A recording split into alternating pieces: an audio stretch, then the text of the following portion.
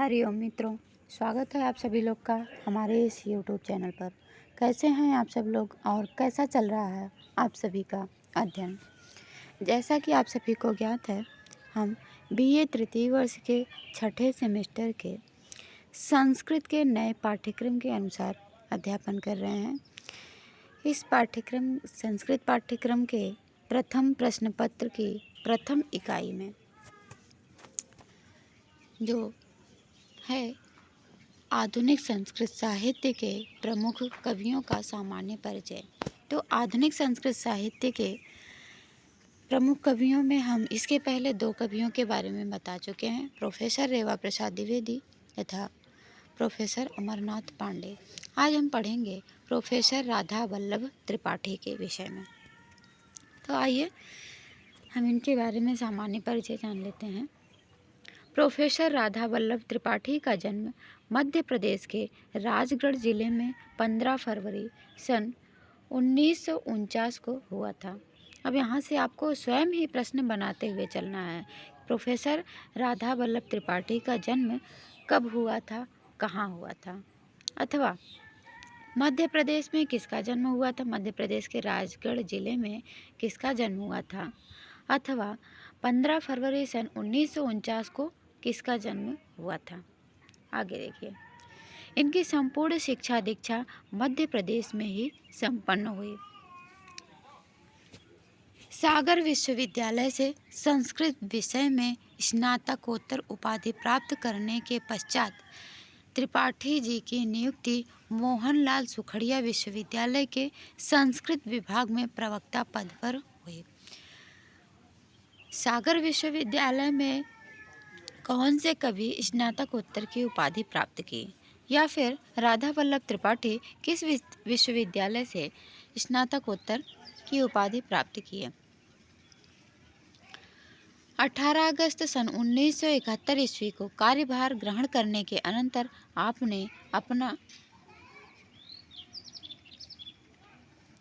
उन्होंने अपना अध्यापक जीवन प्रारंभ किया। कुछ समय के पश्चात सागर विश्वविद्यालय में नियुक्त हो जाने के कारण 3 जनवरी सन 1973 को प्रोफेसर राधा वल्लभ त्रिपाठी जी उदयपुर छोड़कर सागर चले आए। सागर में किसकी नियुक्ति हुई सागर विश्वविद्यालय में, तो प्रोफेसर राधा वल्लभ त्रिपाठी। ये प्रश्न पूछा गया है।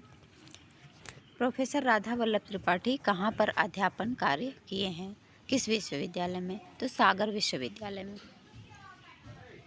कौन किया है, प्रोफेसर राधा वल्लभ त्रिपाठी। सागर विश्वविद्यालय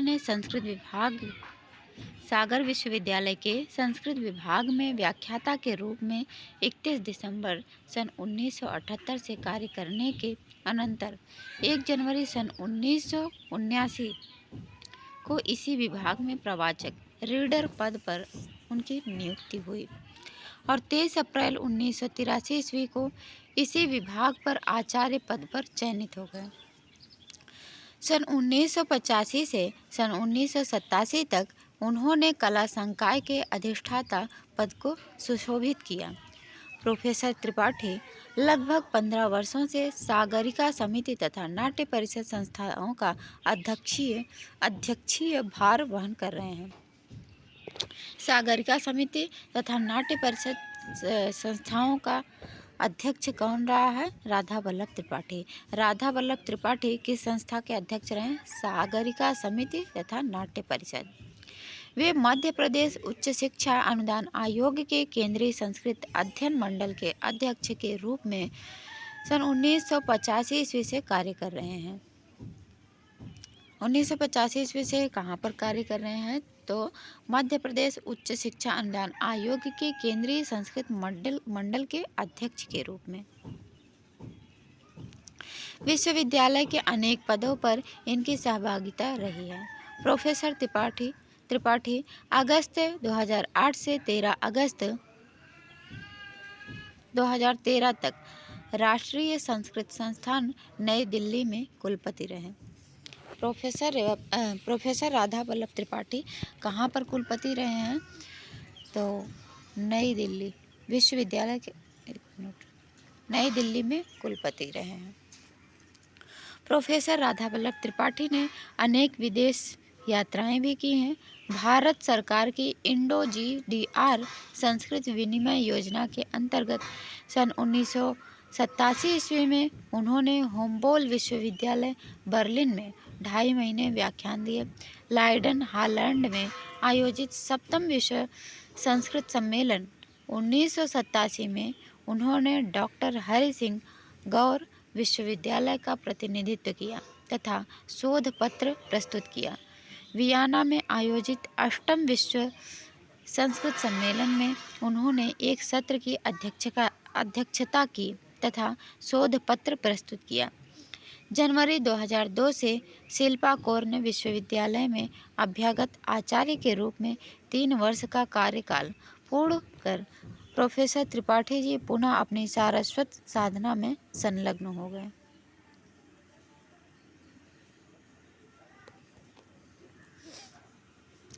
सारस्वत साधक प्रोफेसर त्रिपाठी जी को उनकी सारस्वत साधना हेतु अनेक राष्ट्रीय अंतर्राष्ट्रीय संस्थाओं ने पुरस्कृत तथा सम्मानित किया। ये सम्मान है मुंबई का PV काड़े, महाराष्ट्र महाविद्यालय PV काड़े, नहीं कुछ और ही है इसका, स्वर्ण पदक सन 1972 तथा सन 1988 में क्रमशः 2 बार अखिल भारतीय प्राच्य विद्या सम्मेलन द्वारा शास्त्रीय कृतियों के विन्यास के लिए पुरस्कृत किया गया। सन 1992 ईस्वी में आपकी कृति कालिदास की समीक्षा परंपरा के लिए मध्य प्रदेश संस्कृत अकादमी का प्रतिष्ठित भोज पुरस्कार प्रदान किया गया। सन 1993 ईस्वी में आपकी नूतन मौलिक काव्य कृति लहरी दशकम के लिए आपको उत्तर प्रदेश संस्कृत अकादमी का प्रतिष्ठित कालिदास सम्मान प्राप्त हुआ। सन 1984 ईस्वी में संधानम काव्य संग्रह के लिए साहित्य अकादमी नई दिल्ली का पुरस्कार प्रदान किया गया। इसी वर्ष हिंदी अकादमी कलकत्ता का विख्यात हिंदी रत्न सम्मान आपको प्राप्त हुआ।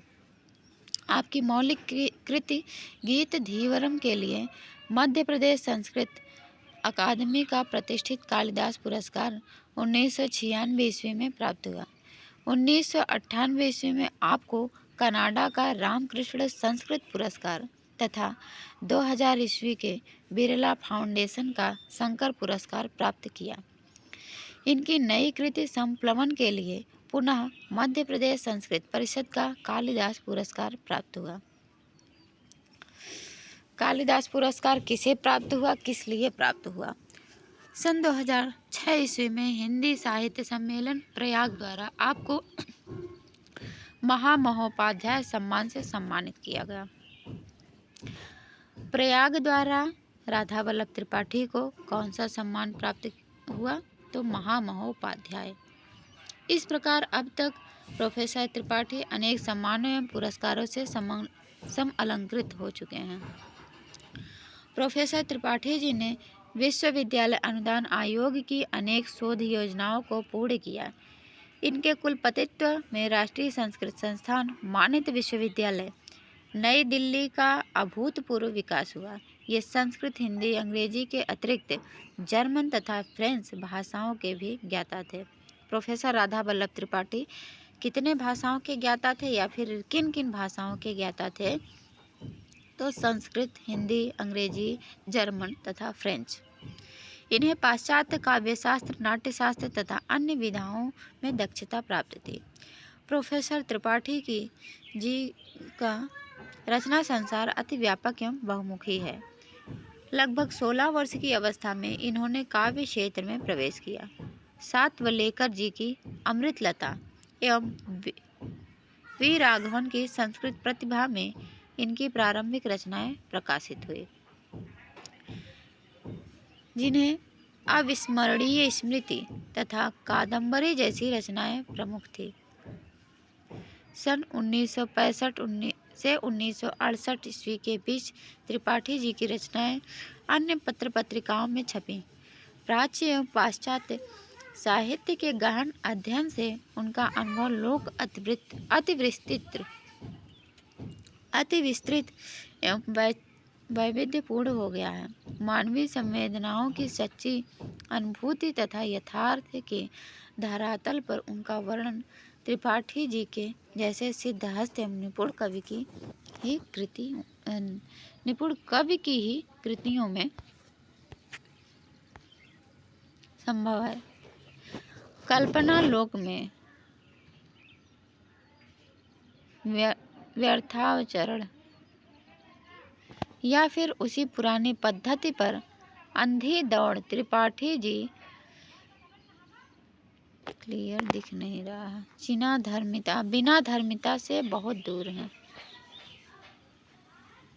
अपने विषय को युगानुरूप परिवेश में पाठकों के समक्ष प्रस्तुत करना, अपने आसपास की परिस्थितियों तथा संवेदनाओं को समेटकर काव्य विषय बनाना, परंपरा में प्राप्त बिंबों को आज के परिप्रेक्ष्य में देखना उनकी विशेषता है।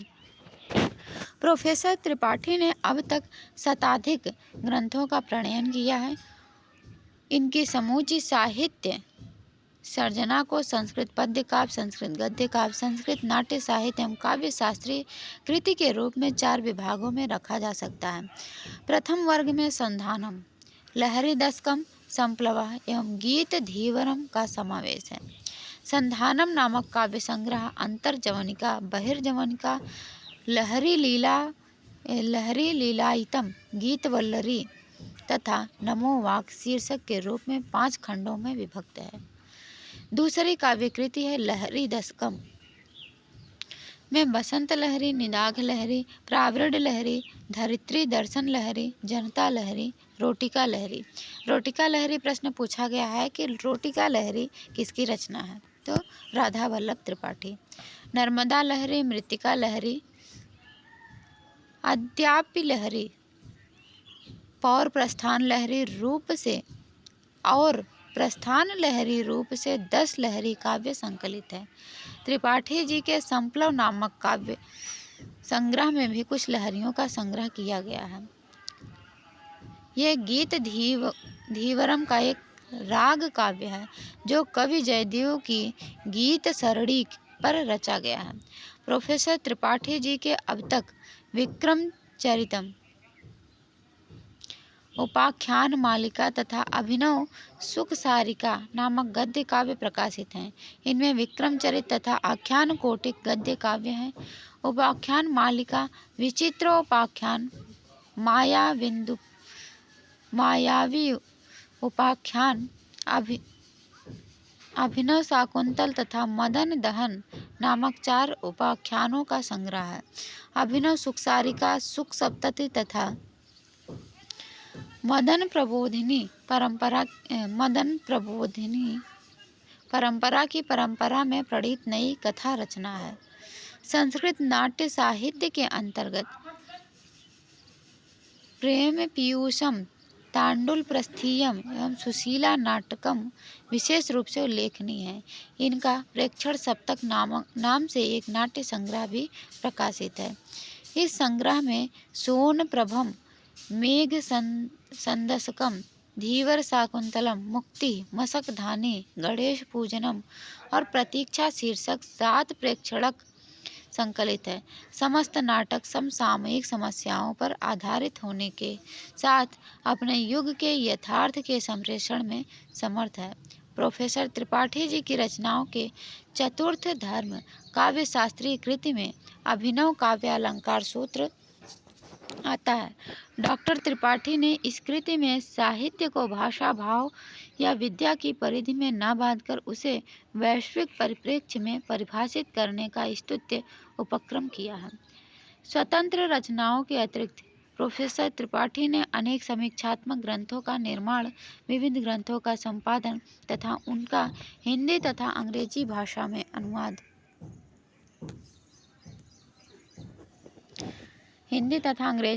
में अनुवाद भी किया है।